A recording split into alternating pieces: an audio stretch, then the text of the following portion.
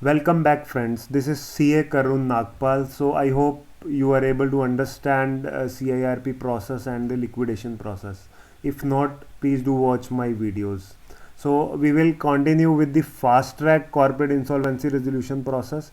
This is pretty similar to the normal CIRP process. बिल्कुल CIRP की तरह ही है, सेम है, एक्सेप्ट यहाँ पे आपको नंबर ऑफ डेज कम मिले और ये सेक्शन 55 से स्टार्ट हो जाता है चैप्टर 4 जिसमें बात की जाती है fast track corporate insolvency resolution process की। Fast track, so fast track कैसे होगा, इसमें आपके डेज जो हैं रिड्यूस कर दिए। सेंट्रल गवर्नमेंट बताएगी कि किन कंपनीज पे ये एप्लीकेबल होगा, एसेट और income below certain level as notified by the central government. So central government बताएगी कि किस क्लास ऑफ क्रेडिटर्स पे ये एप्लीकेबल होगा। तो आइए देखते हैं। एक नोटिफिकेशन इशू हुआ था 17 जून 2017 में और नोटिफिकेशन में कहा गया स्मॉल कंपनी जो कंपनीज एक्ट में डिफाइंड है या startup other than the partnership firm को बाहर क्यों रखा गया? बिकॉज पार्टनरशिप फर्म जो है इंडिविजुअल इंसॉल्वेंसी में कवर होती है क्योंकि ये कॉर्पोरेट पर्सन नहीं है। तो स्टार्टअप जो डिफाइंड हुई हैं, सेंट्रल गवर्नमेंट ने डिफाइन की हुई हैं स्टार्टअप्स, उन पे, और अनलिस्टेड कंपनी जिसकी 1 करोड़ से कम रही है पिछले साल में टोटल एसेट्स, तो वो अनलिस्टेड कंपनी भी स्मॉल कंपनीज में आ जाएंगी, इस कैटेगरी में आ जाएंगी फास्ट ट्रैक की। तो स्मॉल कंपनीज जो कंपनीज एक्ट में डिफाइंड है, आइए बात करते हैं। स्मॉल कंपनी ये है section 2 subsection 85 small companies act का। इसमें कहा गया पेड अप शेयर कैपिटल अगर 50 लाख से कम है और प्रिस्क्राइब किया जाएगा, बट वो 10 करोड़ से ज़्यादा नहीं होगी, और turnover as per the profit and loss account for the immediately preceding financial year 2 crore रुपए और सच हायर अमाउंट जो बताएगी सेंट्रल गवर्नमेंट 100 करोड़ से ज़्यादा नहीं होगी। तो अभी यहाँ पे कहा गया 2 crore does not exceed turnover, अगर टर्नओवर 2 करोड़ से कम है या पेड अप कैपिटल 50 लाख से कम है तो ये कंपनी स्मॉल कंपनीज की कैटेगरी में आ जाएंगी और इन पे fast track insolvency resolution process लगेगा। तो फास्ट ट्रैक इंसॉल्वेंसी प्रोसेस लगेगा जो कि ये सेंट्रल गवर्नमेंट ने डिफाइन कर दिया और इसके बारे में IBBI ने रेगुलेशंस भी बना दी हैं। आगे चल के बात करेंगे उसके बारे में भी। सेक्शन 56 क्या आता है? टाइम लिमिट क्या होगा fast track corporate insolvency resolution process का? फास्ट ट्रैक प्रोसेस कहेंगे हम इसको शॉर्ट में, fast track CIRP process rather. Subject to the provision of subsection 3 fast track corporate insolvency resolution process fast track CIRP shall be completed within a period of 90 days. यहाँ देखिएगा 180 days से 90 days reduce कर दिया गया। RP shall file an application NCLT के पास extend कराने के लिए यहाँ पे 75% वोट शेयर चाहिए होगा COC का। हमारी CIRP प्रोसेस में 66% था। दोस्तों ओरिजिनली ये 75% ही रखा गया था, बट जैसे केस आए और मैटर सेटल नहीं हो पा रहा था तो वो रिड्यूस करके 66% 2018 में कोड बनने के बाद इसको कर दिया गया था, लेकिन फास्ट ट्रैक के केस में इसको 75% ही रखा गया। सबसेक्शन 3 कहता है NCLT अगर सेटिस्फाइड है कि ये इसको एक्सटेंड कर देना चाहिए बियॉन्ड 90 डेज़ के, तो फिर बियॉन्ड 90 डेज़ 45 डेज़ का भी एक्सटेंशन मिल जाएगा, but not exceeding. So maximum extension मिलेगा और ये एक ही बार मिलेगा, नॉट मोर देन वंस। एक बार ही एक्सटेंशन मिलेगा, ऐसा नहीं कि बार बार लेते रहें। और 45 डेज़ का मैक्सिमम एक्सटेंशन है। अगर 15 दिन की ज़रूरत है तो RP 15 दिन के लिए अप्लाई कर सकता है NCLT के पास। सेक्शन 57 की बात करें, प्रोसेस कैसे इनिशिएट किया जाएगा। Application for fast track corporate insolvency process कौन फाइल कर सकता है? क्रेडिटर भी कर सकता है और कॉर्पोरेट डेटर भी कर सकता है, along with the proof of existence of default का जैसे हम सेक्शन 7, 9 और 10 में लगाते हैं। 7 और 9 में 9 ऑपरेशनल क्रेडिटर और 7 फाइनेंशियल क्रेडिटर। तो जिस तरीके से एप्लीकेशन फाइल करते हैं तो यहाँ पे प्रूफ एस्टेब्लिश करके, कहाँ से, IU के रिकॉर्ड से प्रूफ निकाल के और सच अदर इंफॉर्मेशन एज में be specified by the board, यहाँ बोर्ड स्पेसिफाई करेगा, इसके लिए क्लियरली रेगुलेशंस बनी हुई हैं फास्ट ट्रैक CIRP प्रोसेस के लिए। आगे हम उसके बारे में भी बात करेंगे। और पूरा का पूरा जो चैप्टर है 2 जो बात करता है CIRP प्रोसेस की, वो इसके ऊपर एप्लीकेबल हो जाएगा। तो इसमें फास्ट ट्रैक में सिर्फ इतना ही फ़र्क है कि इसमें 180 दिन को रिड्यूस करके 90 डेज़ कर दिया। और 90 डेज़ किन कंपनीज के लिए किया, वो स्मॉल कंपनीज हमने ऊपर बता दिया, बात कर ली उसके बारे में। आगे चलते हैं, चैप्टर 5 बात करता है वॉलंटरी लिक्विडेशन के बारे में। तो लिक्विडेशन हमने पढ़ा, इनके CIRP प्रोसेस में कोई रेजोल्यूशन प्लान नहीं आता है, रेजोल्यूशन प्लान एक्सेप्ट नहीं होता है, किसी वजह से NCLT रिजेक्ट कर देती है, कॉन्ट्रावेंशन होता है कोड का, तो CIRP प्रोसेस फेल हो जाती है और उसके बाद लिक्विडेशन में चली जाती है कंपनी। यहाँ पे ध्यान देने वाली बात है, वॉलंटरी लिक्विडेशन है, तो यहाँ पे कॉर्पोरेट पर्सन जो होगा, कॉर्पोरेट डेटर होगा, वो लिक्विडेशन के लिए खुद एप्लीकेशन लगाएगा कि CD कहता है मुझे लिक्विडेट कर दो। अगर उसने डिफ़ॉल्ट नहीं किया, हैज़ नॉट कमिटेड, यहाँ पे है नॉट कमिटेड, अगर डिफ़ॉल्ट नहीं किया तो वो NCLT में अप्रोच कर सकता है और कह सकता है हमारे को लिक्विडेट कर दो। लिक्विडेशन किसी भी रीज़न से हो सकता है, कंपनी बनी हो, उसका पर्पस हो गया हो, डिफीट हो गया हो, पर्पस जो था कुछ लाइसेंस लेना हो ना मिला हो, तो कंपनी अगर डिसाइड करती है कि खुद को लिक्विडेट करना है तो कंपनी इस सेक्शन में, सेक्शन 59 में कर सकती है।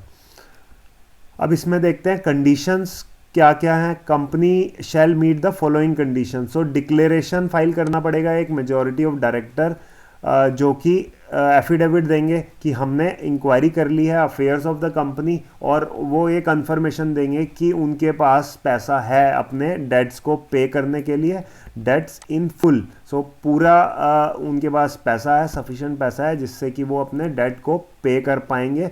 और अगर पैसा नहीं है तो वो वॉलंटरी लिक्विडेशन नहीं फाइल कर सकते। और कंपनी, उनको एक और अंडर एफिडेविट देना होगा, उसमें लिखना होगा company is not being liquidated to defraud any person, creditors को धोखा देने के लिए कंपनी लिक्विडेट नहीं हो रही है। और डिक्लेरेशन जो फाइल किया जाएगा उसके साथ लगाए जाएंगे ऑडिटेड फाइनेंशियल स्टेटमेंट, 2 साल के फाइनेंशियल स्टेटमेंट लगाए जाएंगे, और report of the valuation of assets. Asset कितने हैं उसकी वैल्यूएशन की रिपोर्ट लगाई जाएगी रजिस्टर्ड वैल्यूअर से लेके। और 4 हफ्ते के अंदर अंदर एक स्पेशल रेजोल्यूशन पास करना होगा, शेयर होल्डर्स को रेजोल्यूशन, जनरल मीटिंग में रेजोल्यूशन पास करना होगा, स्पेशल रेजोल्यूशन पास करना होगा। स्पेशल रेजोल्यूशन 3/4 मेजॉरिटी का होता है। स्पेशल रेजोल्यूशन पास करके 4 हफ्तों के अंदर अंदर लगाना होगा। और इन केस कंपनी के क्रेडिटर हैं तो उसके, उनसे भी हमारे को 2/3 मेजॉरिटी के साथ, 2/3 मेजॉरिटी क्रेडिटर से भी अप्रूवल लेना पड़ेगा कि उनको कोई ऑब्जेक्शन नहीं है, कंपनी जो है लिक्विडेशन, वॉलंटरी लिक्विडेशन में फाइल कर रहे हैं, तो उनसे अप्रूवल लेना पड़ेगा। और जो जनरल मीटिंग होगी और उसमें ऐसा एक्सपायर हो जाता है, पर्पस एक्सपायर हो जाता है जिसके लिए कंपनी बनी थी, तो वो कंपनी एक रेजोल्यूशन फाइल करेंगे कि कंपनी का पर्पस पूरा हो गया है बनने का, तो इसको, इसलिए हम इस पर्पस से लिक्विडेट कर रहे हैं, वो एक रेजोल्यूशन भी फाइल करेंगे। और रेजोल्यूशन साथ ही साथ अपॉइंटमेंट ऑफ लिक्विडेटर का भी फाइल करेंगे NCLT में। कंपनी जो है नोटिफाई करेगी रजिस्ट्रार को, रजिस्ट्रार ऑफ कंपनी जहाँ पे कंपनी रजिस्टर्ड है, और बोर्ड को अबाउट द रेजोल्यूशन कि हमने ये रेजोल्यूशन पास कर लिया 7 दिन के अंदर अंदर। जो रेजोल्यूशन पास किया, किस चीज़ का रेजोल्यूशन जो पास किया कि हम लिक्विडेशन करना चाह रहे हैं और हमारा जो काम था, पर्पस था, वो पूरा हो गया है। अब हम, और हमारे को आर्टिकल परमिट करते हैं लिक्विडेशन करना, और company should be dissolved and the appointment of liquidator. ये सारे रेजोल्यूशन फाइल करने होंगे ROC और बोर्ड के पास। और जब ये अप्रूवल मिल जाता है क्रेडिटर से, वो क्रेडिटर भी एग्री हो जाते हैं, तो सब्जेक्ट टू दी अप्रूवल की क्रेडिटर, आपने एप्लीकेशन लगाई, आपकी एप्लीकेशन एक्सेप्ट हो जाएगी प्रोवाइडेड क्रेडिटर ने भी मेजॉरिटी के साथ आपको यस कह दिया हो, तो आपकी एप्लीकेशन को मान लिया जाएगा कि आपकी लिक्विडेशन कमेंस हो गया। और जो प्रोविज़न है ऊपर हमने जो लिक्विडेशन में पढ़े थे, वो सारे सेक्शन 35 से 53 तक के सारे प्रोविज़न यहाँ पे एप्लीकेबल हो जाएंगे।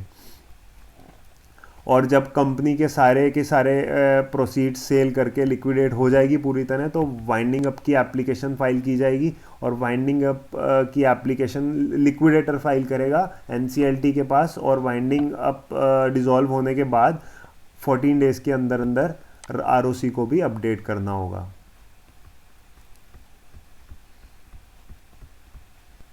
फ्रेंड्स, आगे बात करते हैं adjudicating authority for corporate person. जो एडजुडिकेटिंग अथॉरिटी है कॉर्पोरेट पर्सन के लिए वो एनसीएलटी होगी, और इंडिविजुअल और पार्टनरशिप फर्म के लिए वो होगी डीआरटी। तो यहाँ पे adjudicating authority in relation to insolvency resolution and liquidation of corporate person. Corporate person के लिए कौन होगा?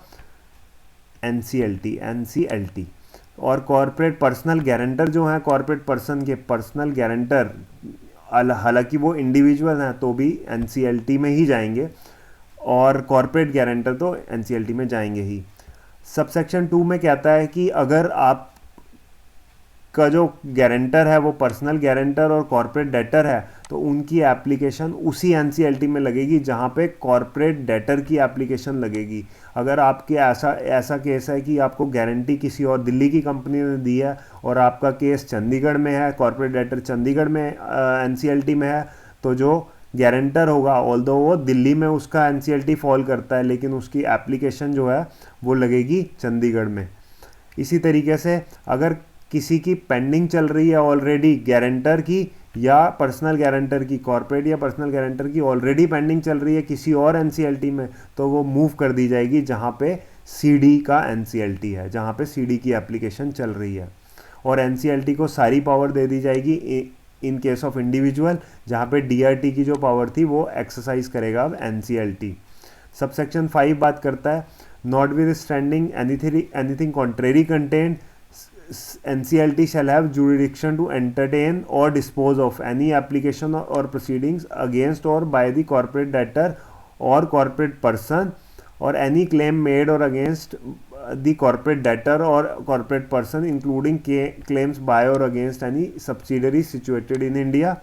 तो जो NCLT के पास पावर होगी CD केस से रिलेटेड सभी कुछ देखने की, सारे क्लेम्स देखने की, और एनी क्वेश्चन ऑफ प्रायोरिटी और एनी क्वेश्चन ऑफ लॉ और फैक्ट अराइजिंग आउट ऑफ और in relation to insolvency resolution और liquidation proceedings of corporate debtor. So NCLT के पास सारी ही पावर होंगी, यहाँ से एनसीएलटी को पावर दे दी गई। और आगे कहा लिमिटेशन एक्ट के बारे में, अगर जो हमारा मोरेटोरियम अगर मोरेटोरियम लग जाता है, तो मोरेटोरियम का जो पीरियड है, तो लिमिटेशन एक्ट डिफाइन करता है कि आप इतने पीरियड में ही आप अपनी डिमांड रेज कर सकते हैं, ये जो आपका डेट था वो रिकवर कर सकते हैं। तो जो मोरेटोरियम लगा रहा 180 डेज़ का या 330 डेज़ का, तो वो मोरेटोरियम का पीरियड एक्सक्लूड कर दिया जाएगा उस टाइम लिमिट में से। आगे बात करते हैं section 61 appeal and appellate authority. So appeal जो है वो फाइल की जाएगी, जो भी एग्रीव्ड पार्टी है, जो भी डिससेटिस्फाइड है एनसीएलटी के डिसीजन से, वो एनसीएलएटी में अपील फाइल कर सकता है। ये एनसीएलएटी दिल्ली में बैठता है, तो ऑल ओवर इंडिया कहीं भी किसी भी एनसीएलटी से आप डिससेटिस्फाइड हो तो अपील न्यू दिल्ली में एनसीएलएटी के पास लगेगी। अपील जो फाइल करने का टाइम दिया गया वो 30 डेज़ के अंदर अंदर दिया गया, लेकिन अगर एनसीएलएटी सेटिस्फाइड है, यहाँ पे अपीलेट ट्रिब्यूनल अगर सेटिस्फाइड है तो 15 डेज़ की एक्सटेंशन भी दे सकता है। और आगे अगर अपील आप फाइल करते हो तो उसके ग्राउंड्स भी स्पेसिफाई किए गए, इन ग्राउंड्स पे ही अपील फाइल कर सकते हैं। द अप्रूव्ड रेजोल्यूशन प्लान जो है वो कॉन्ट्रावेंशन है, कॉन्ट्रावेंशन प्रोविजन ऑफ लॉ, जो कोड के किसी प्रोविजन को कॉन्ट्रावीन करता है। और मटेरियल इरेगुलरिटी है, अगर मटेरियल इरेगुलरिटी आरपी ने दिखाई कोई अपनी पावर्स एक्सरसाइज करने में, तो ऑपरेशनल क्रेडिटर को वो नहीं मिला जो मिलना चाहिए था। और इंसॉल्वेंसी रेजोल्यूशन प्रोसेस कॉस्ट को इंक्लूड नहीं किया गया प्लान में, क्राइटेरिया जो है वो does not comply with the criteria specified, तो इन ग्राउंड्स पर ही अपील फाइल की जा सकती है एनसीएलएटी में। और अपील जो है अगेंस्ट लिक्विडेशन ऑर्डर है, फिर उसके अगेंस्ट भी अगर कोई इरेगुलरिटी या फ्रॉड है तो वहाँ भी उस केस में भी एप्लीकेशन फाइल की जा सकती है।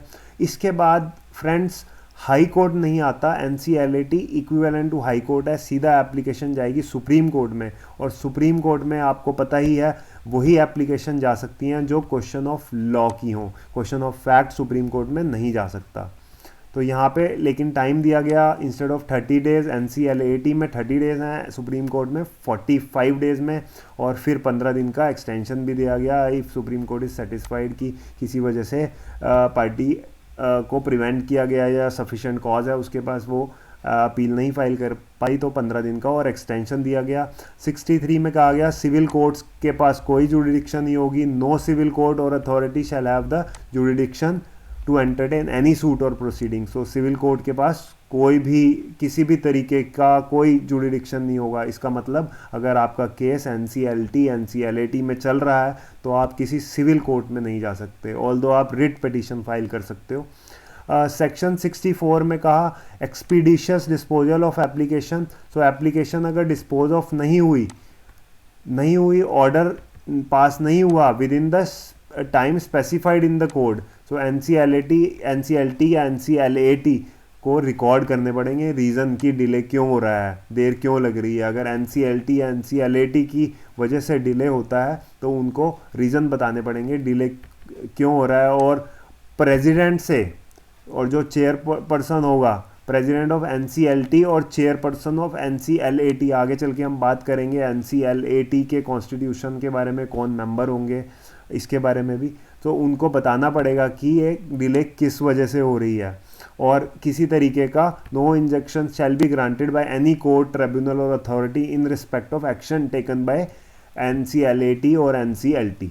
तो किसी भी तरीके का इंजेक्शन नहीं मिलेगा, किसी भी तरीके का रिलीफ नहीं मिलेगा किसी भी पार्टी को जो भी डिसीजन हो गया NCLT। ऐसा नहीं है कि NCLT से आप ऑर्डर लेके आओ और हाई कोर्ट से आप उसको रिवर्स करा लो, ना, नहीं, ऐसा पॉसिबल नहीं है। सेक्शन 65 बात करता है फ्रॉडुलेंट और मेलिशियस इनिशिएशन ऑफ प्रोसीडिंग्स। अगर कोई पर्सन हमने पढ़ा था ऊपर डेफिनेशन में, इसमें काफ़ी बड़ी डेफिनेशन है। अगर कोई person initiate the insolvency resolution process और लिक्विडेशन प्रोसेस फ्रॉडुलेंटली, उसकी इंटेंशन सही नहीं है, तो उसके ऊपर पेनल्टी लगाई जाएगी। कौन लगाएगा? NCLT लगाएगा। 1 लाख रुपए और 1 करोड़ रुपए तक वो पेनल्टी जा सकती है।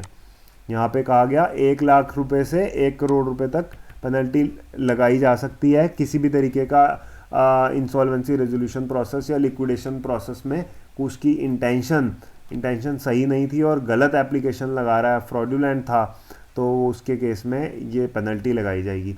फ्रेंड्स, इसके बाद कहा गया fraudulent trading and wrongful trading.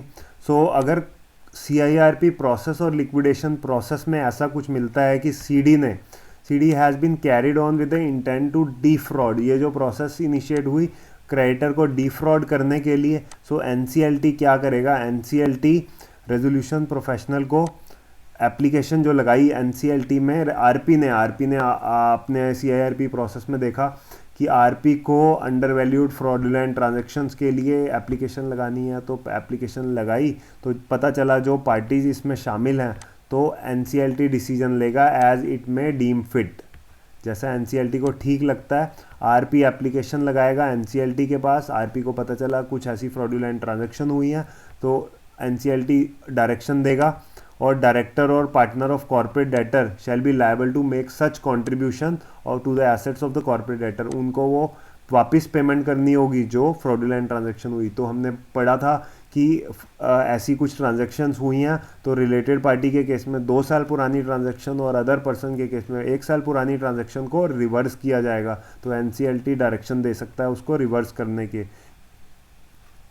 Before insolvency commencement date such director or partner knew or ought to have known that there is no reasonable prospect of avoiding the commencement of CIRP process। अगर उसको पता है कि CIRP process avoid नहीं हो सकती और did not exercise due diligence in minimizing the potential loss, तो उसको वो ट्रांजैक्शन रिवर्स करनी पड़ेगी, यानी पार्टनर और डायरेक्टर को उसकी भरपाई करनी पड़ेगी CD को जो लॉस हुआ है, अगर उनकी वजह से वो लॉस हुआ है।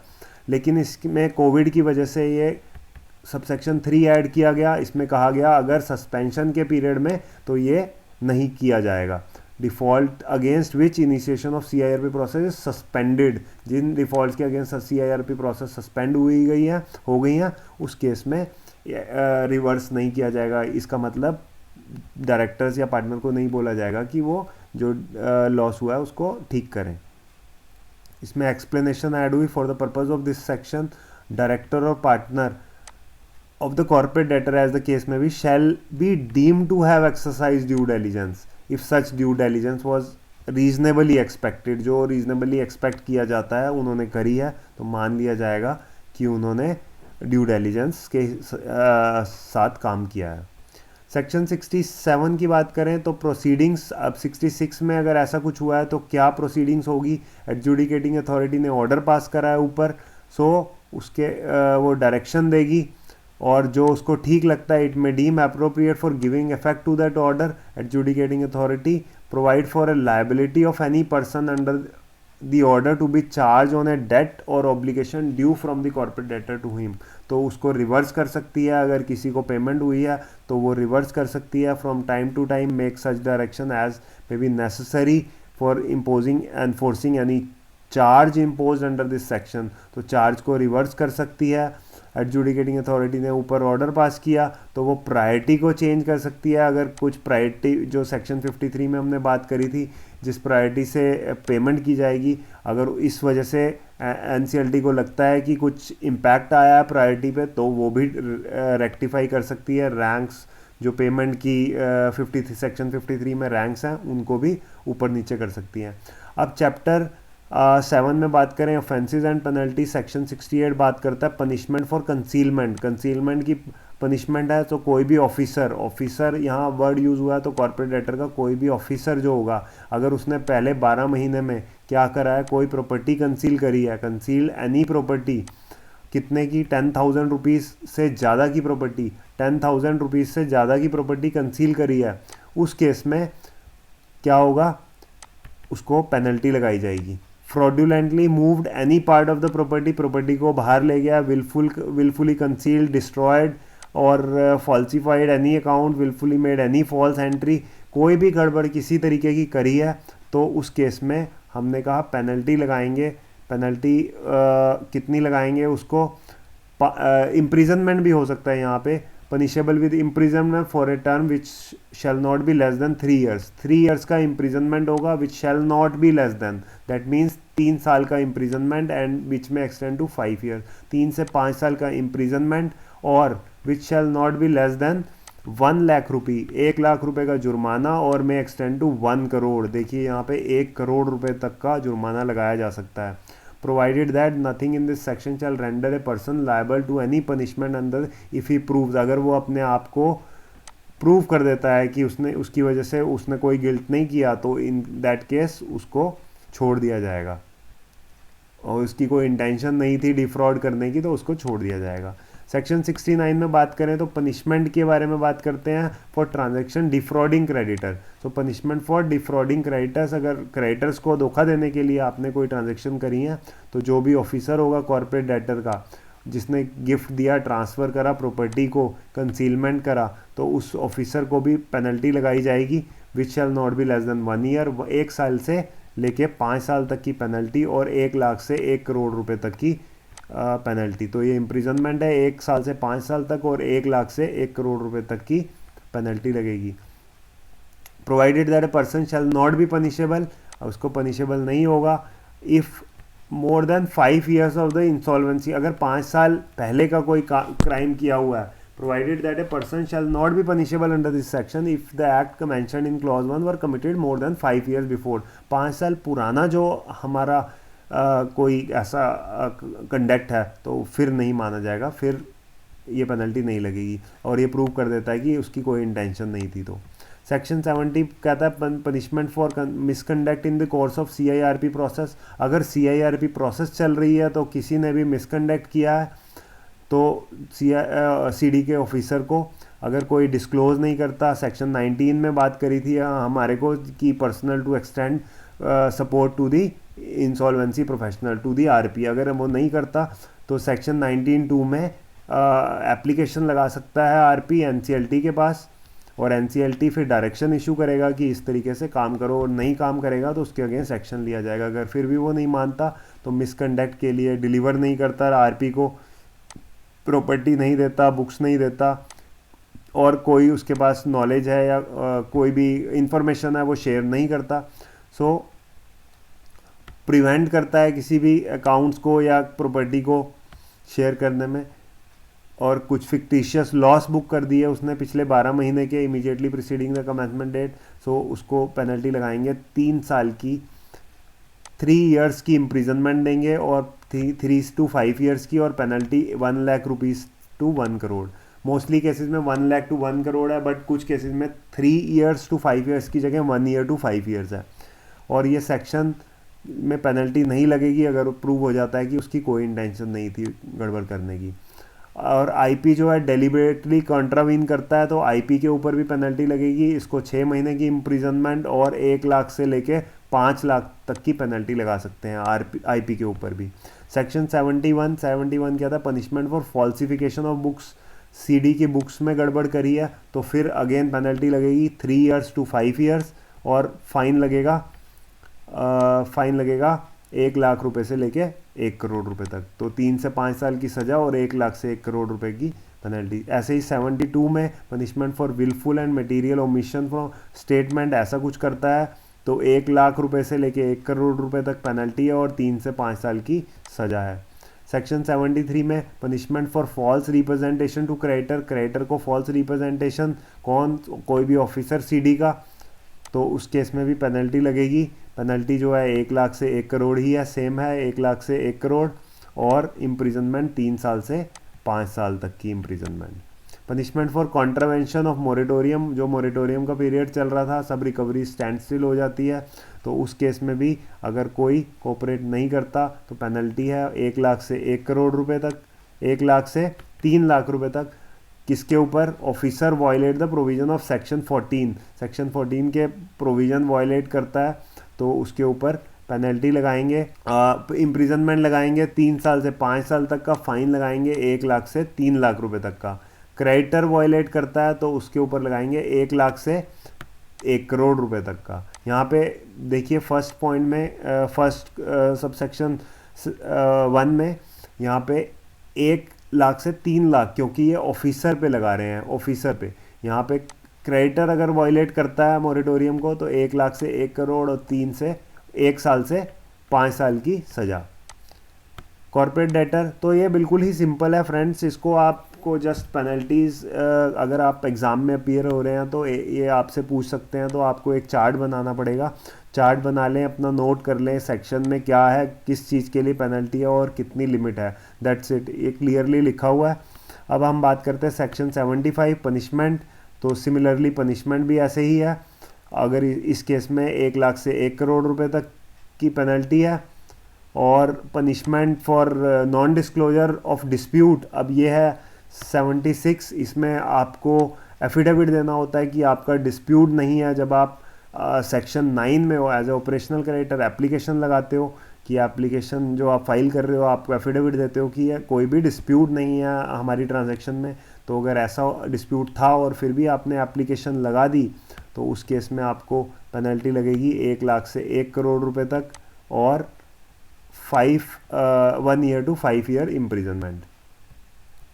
फिर 77 में punishment for providing false information, application में कोई फॉल्स इन्फॉर्मेशन लगाते हो तो कॉर्पोरेट डेटर प्रोवाइड करता है कोई फॉल्स इन्फॉर्मेशन, तो अगेन पेनल्टी लगेगी 1 लाख to 1 करोड़ और imprisonment 3 years to 5 years. Friends, यहाँ पे ख़त्म होता है हमारा पार्ट 2। इसके बाद आता है पार्ट 3। पार्ट 3 बात करता है insolvency resolution and bankruptcy for individual and partnership firm, जो कि अभी नोटिफाई नहीं हुआ है, लेकिन हम इसके बारे में भी बात करेंगे। इसमें आता है फ्रेश स्टार्ट प्रोसेस। सबसे पहले चैप्टर 1 में हम बात करेंगे कुछ डेफिनेशंस के बारे में, और फिर आता है फ्रेश स्टार्ट प्रोसेस, और उसके बाद हम बात करेंगे इंसॉल्वेंसी रेजोल्यूशन। और इंसॉल्वेंसी रेजोल्यूशन नहीं होता तो जैसे कि हम CIRP प्रोसेस फेल हो जाता है तो लिक्विडेशन में चले जाते हैं, यहाँ पे बैंकरप्सी में चले जाते हैं, और IP ही बैंकरप्सी ट्रस्टी अपॉइंट होता है और वो काम करता है, सेल करता है एसेट और रियलाइज़ करवाता है क्रेडिटर का आउटस्टैंडिंग। तो इसके बारे में हम बात करेंगे फ्रेंड्स हमारी अगली वीडियो में। हम स्टार्ट करेंगे individual and partnership firm. Till then stay connected and thank you for watching my videos.